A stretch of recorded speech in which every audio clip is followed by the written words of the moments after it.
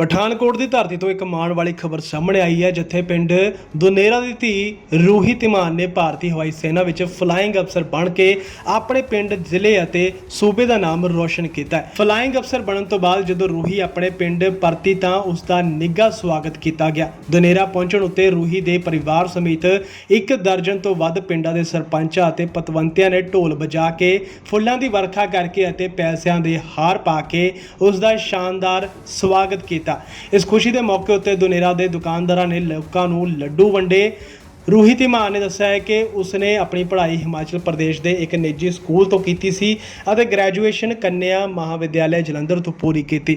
जुलाई 2023 के विच एयरफोर्स कमान एडमिशन परीक्षा पास करने तो बाद उसने इंडियन एयरफोर्स अकैडमी डुंडीगढ़ विच 2 साल की सिखलाई लई। रूही ने दस्सिया है कि उसनू फ्लाइंग अफसर अवनी चतुर्वेदी तो प्रेरणा मिली। रूही के पिता राजकुमार ने अपनी धी की इस महान प्राप्ति उत्ते माण जाहिर किया।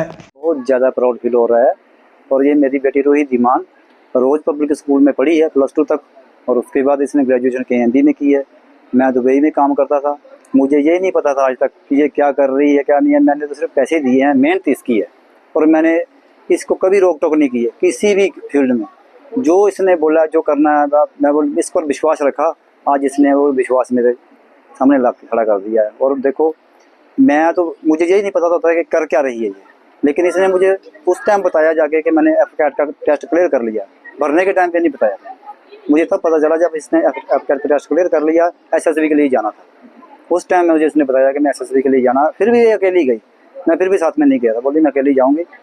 और ये लड़कों की तरह रही है शुरू से, और आज मुझे इतना प्राउड फील हो रहा है। और बाकी बच्चों के लिए मैं यही बोलता हूँ, पेरेंट्स के लिए मेरी यही एक रिक्वेस्ट है कि लड़कियों पर भी विश्वास रखें और लड़कियों को भी पढ़ाएं और इस मुकाम पर पहुंचाएं। देखो, ये आज बाकी बच्चों के लिए इंस्पिरेशन है इसकी कि कहां तक पहुंच गई है, सीधे फ्लाइंग लेफ्टिनेंट बनी है। इसलिए बाकी पेरेंट्स से यही रिक्वेस्ट है कि बेटियों पे भी ऐसे विश्वास रखें जैसे लड़कों पे रखते हैं, और बेटियों को भी पढ़ाएं और आगे पहुँचने में मदद करें।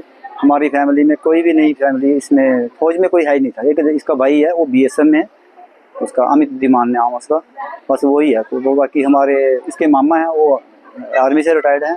हमारी फैमिली में तो घोड़ी में कोई नहीं है, बस यही है। बहुत ही अच्छे से दुनेरा में लोगों ने स्वागत किया और बहुत ही अच्छा लग रहा है। इस दिन का बहुत सबको इंतजार था, पेरेंट्स के अलावा गांव वाले जितने भी आज यहाँ पे स्वागत करने आए, सबको इस दिन का इंतजार था। मैंने जुलाई 2023 में एयरफोर्स अकेडमी ज्वाइन की थी फ्लाइंग ब्रांच में। उसके बाद मेरी ट्रेनिंग 1.5 साल की थी। उसके बाद 6 महीने का मैंने वेपन कोर्स भी किया है। तो उसके बाद फाइनली 14 जून 2025 को मैं पास आउट हुई हूँ। ये बहुत ही प्राउड की बात है, ना सिर्फ मेरे लिए और पेरेंट्स के लिए, बल्कि पूरे गांव के लिए, पूरी डिस्ट्रिक्ट के लिए, सबके लिए बहुत ही प्राउड की बात है। और मैं आने वाली जनरेशन को भी सिर्फ यही इंस्पिरेशन देना चाहूँगी कि वो ज़्यादा से ज़्यादा डिफेंस में जाएं, क्योंकि पंजाब में वैसे भी सबसे कम रेशो अभी डिफेंस में देखा जाए तो पंजाब का ही है। तो हम लोगों को ये रेशो को जो है वो बढ़ाना है, ताकि हम भी यूपी हरियाणा के बराबर आ सके फौज में। और भी सेक्टर थे जाने की, डिफेंस को ही क्यों चुना? क्योंकि मैंने बचपन से ही, जैसे पठानकोट में एयरफोर्स स्टेशन है, तो मैंने काफ़ी सारे जहाज यहाँ पे उड़ते हुए देखे थे। तो मुझे हमेशा से फ्लाइंग ब्रांच का ही शौक था। तो मैं इंडियन एयरफोर्स ही चूज़ करना चाहती थी, क्योंकि आर्मी में भी फ्लाइंग है लेकिन इतना एक्सपोजर नहीं है जितना एयरफोर्स में है। इसीलिए मैंने एयरफोर्स को चूज़ किया था। मुझे क्लास 8 से ही एयरफोर्स में जाने का शौक था। आपके प्रेरणा स्रोत हो रही एयरफोर्स में जाने के लिए?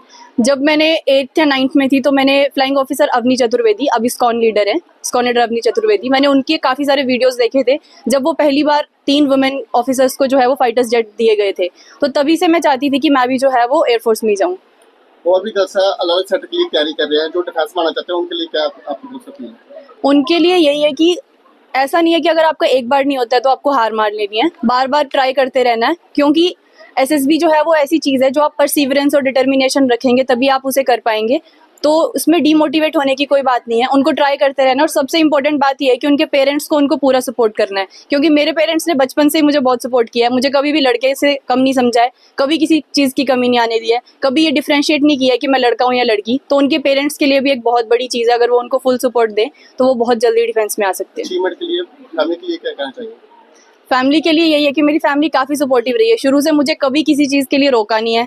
जो करना था कभी नहीं पूछा कि तू ये क्यों कर रही है, वो क्यों कर रही है। 12th के बाद मैंने नॉन मेडिकल में 12th करके भी डिसाइड किया था कि मुझे बीए करनी है, तो सब कह रहे थे कि क्यों करनी है, लेकिन मेरे पेरेंट्स ने कभी मुझे नहीं रोका और ना ही मेरे डिसीजन को क्वेश्चन किया कि तू क्यों ऐसा कर रही है, आगे अपॉर्चुनिटीज़ कम है। उनको मेरे ऊपर विश्वास था, इसीलिए मैं ये सब कर पाई।